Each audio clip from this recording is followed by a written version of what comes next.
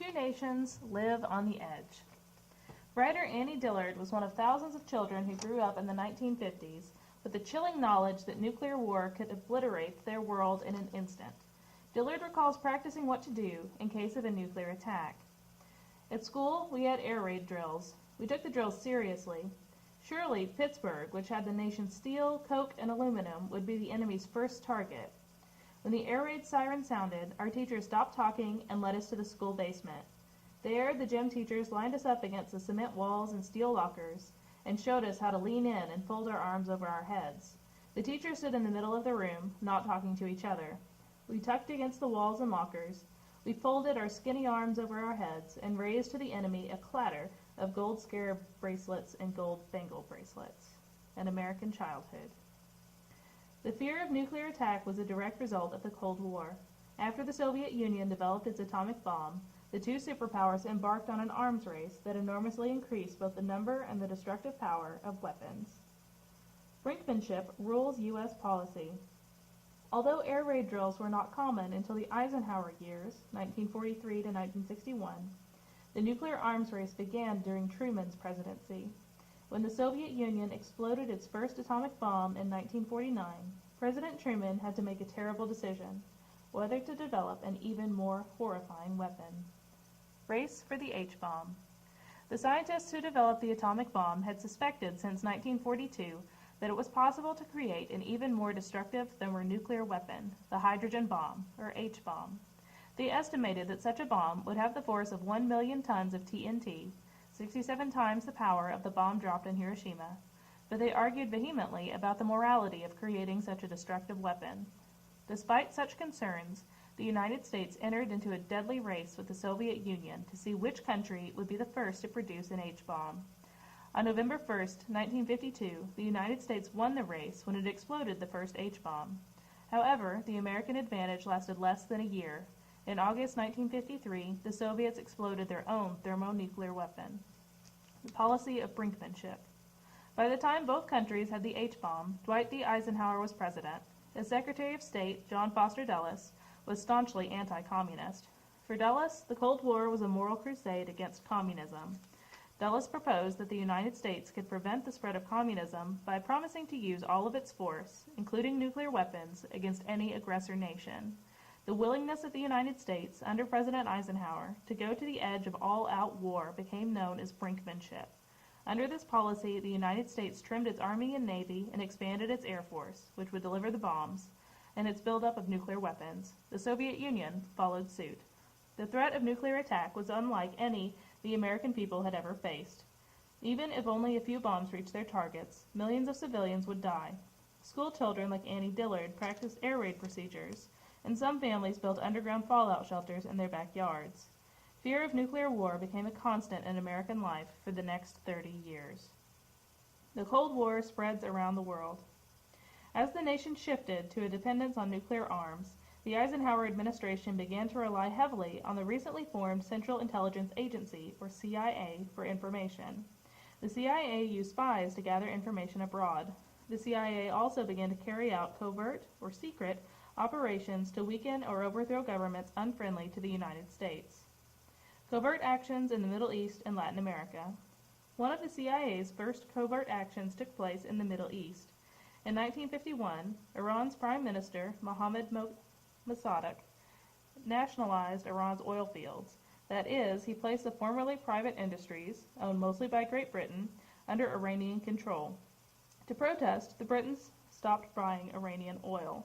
As the Iranian economy faltered, the United States feared that Mossadegh might turn to the Soviets for help. In 1953, the CIA gave several $1 million to anti-Mossadegh supporters. The CIA wanted the pro-American Shah of Iran, who had recently been forced to flee, to return to power. The plan worked. The Shah returned to power and turned over control of Iranian oil fields to Western companies. In 1954, the CIA also took covert actions in Guatemala, a Central American country just south of Mexico. Eisenhower believed that Guatemala's government had communist sympathies because it had given more than 200,000 acres of American-owned land to peasants. In response, the CIA trained an army, which invaded Guatemala. The Guatemalan army refused to defend the president, and he resigned. The army's leader then became dictator of the country. The Warsaw Pact. In spite of the growing tension between the superpowers, U.S.-Soviet relations seemed to thaw following the death of Joseph Stalin in 1953.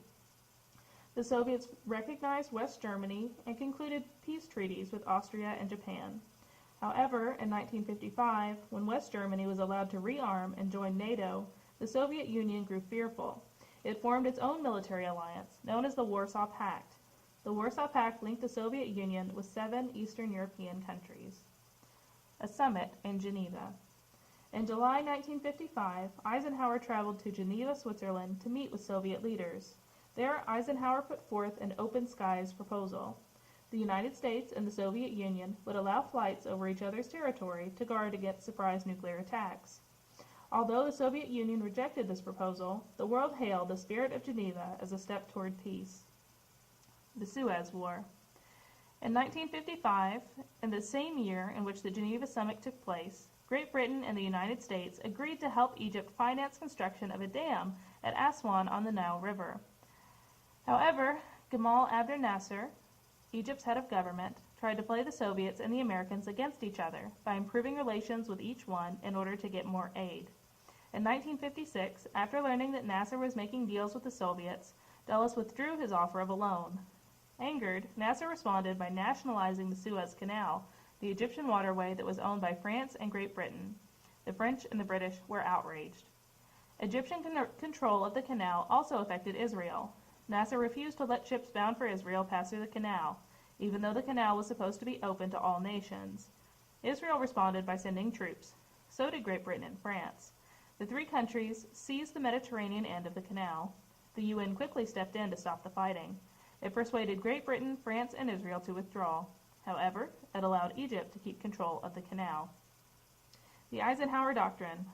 The Soviet Union's prestige in the Middle East rose because of its support for Egypt. To counterbalance this development, President Eisenhower issued a warning in January 1957. This warning, known as the Eisenhower Doctrine, said that the United States would defend the Middle East against an attack by any communist country. In March, Congress officially approved the doctrine. The Hungarian Uprising. Even as fighting was raging in the Middle East, a revolt began in Hungary. Dominated by the Soviet Union since the end of World War II, the Hungarian people rose in revolt in 1956. They called for a democratic government. Imre Nagy, the most popular and liberal Hungarian communist leader, formed a new government. He promised free elections, denounced the Warsaw Pact, and demanded that all Soviet troops leave Hungary. The Soviet response was swift and brutal. In November 1956, Soviet tanks rolled into Hungary and killed approximately 30,000 Hungarians. Armed with only pistols and bottles, thousands of Hungarian freedom fighters threw up barricades in the streets and fought the invaders to no avail. The Soviets overthrew the Nagy government and replaced it with pro-Soviet leaders. Nagy himself was executed. Some 200,000 Hungarians fled to the west. Although the Truman Doctrine had promised to support free peoples who resisted communism, the United States did nothing to help Hungary break free of Soviet control. Many Hungarians were bitterly disappointed. The American policy of containment did not extend to driving the Soviet Union out of its satellites. No help to Hungary came from the United Nations either. Although the UN passed one resolution after another condemning the Soviet Union, the Soviet veto in the Security Council stopped the UN from taking any action. The Cold War takes to the skies. After Stalin's death in 1953, the Soviet Union had no well-defined way for one leader to succeed another. For the first few years, a group of leaders shared power. As time went by, however, one man did gain power. That man was Nikita Khrushchev. Like Stalin, Khrushchev believed that communism would take over the world, but Khrushchev thought it could triumph peacefully. He favored a policy of peaceful coexistence in which 2 powers would compete economically and scientifically. The space race. In the competition for international prestige, the Soviets leaped to an early lead in what came to be known as the space race. On October 4, 1957, they launched Sputnik, the world's first artificial satellite. Sputnik traveled around the Earth at 18,000 miles per hour, circling the globe every 96 minutes. Its launch was a triumph of Soviet technology. Americans were shocked at being beaten and promptly poured money into their own space program. U.S. scientists worked frantically to catch up to the Soviets. The first attempt at an American satellite launch was a humiliating failure, with a rocket toppling to the ground. However, on January 31st, 1958, the United States successfully launched its first satellite. A U-2 is shot down. Following the rejection of Eisenhower's Open Skies proposal at the 1955 Geneva Summit Conference, the CIA began making secret high-altitude flights over Soviet territory. The plane used for these missions was the U-2, which could fly at high altitudes without detection. As the U-2 passed over the Soviet Union, its infrared cameras took detailed photographs of troop movements and missile sites. By 1960, however, many U.S. officials were nervous about the U-2 program for two reasons. First, the existence and purpose of the U-2 was an open secret among some members of the American press. Second, the Soviets had been aware of the flights since 1958, as Francis Gary Powers, a U-2 pilot, explained. We knew that the Russians were radar tracking at least some of our flights. We also knew that SAMs, surface-to-air missiles, were being fired at us, that some were uncomfortably close to our altitude. But we knew, too, that the Russians had a control problem in their guidance system. We were concerned, but not greatly. Operation Overflight, the U-2 spy pilot, tells his story for the first time. Finally, Eisenhower himself wanted the flights discontinued. He and Khrushchev were going to hold another summit conference on the arms race on May 15, 1960. If one of these aircraft were lost when we were engaged in apparently sincere deliberations, it could ruin my effectiveness, he told an aide. However, Dulles persuaded him to authorize one last flight. That flight took place on May 1st, and the pilot was Francis Gary Powers. 4 hours after Powers entered Soviet airspace, a Soviet pilot shot down his plane, and Powers was forced to parachute into Soviet-controlled territory. The Soviets sentenced Powers to 10 years in prison. Renewed confrontation. At first, Eisenhower denied that the U-2 had been spying. The Soviets had evidence, however, and Eisenhower finally had to admit it. Khrushchev demanded an apology for the flights and a promise to halt them. Eisenhower agreed to stop the U-2 flights, but he would not apologize. Khrushchev angrily called off the summit. He also withdrew his invitation to Eisenhower to visit the Soviet Union. Because of the U-2 incident, the 1960s opened with tension between the two superpowers as great as ever.